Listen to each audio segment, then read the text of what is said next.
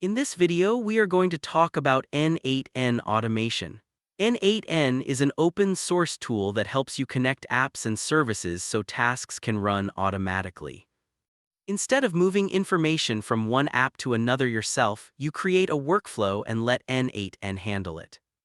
A workflow in N8N is made up of nodes. Each node is one step, like sending an email, saving data in Google Sheets, or posting a message to Slack.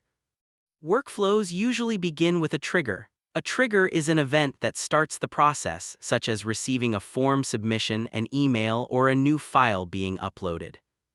For example, imagine you want to save feedback from a website form. You can set up a workflow where the trigger is the form being filled out.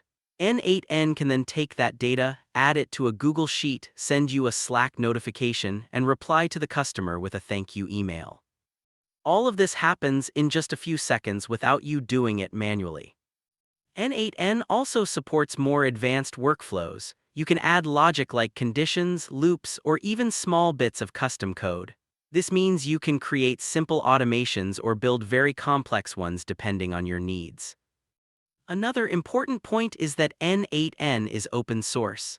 You can run it on your own server to keep full control over your data, or you can use their cloud service if you want something ready to go.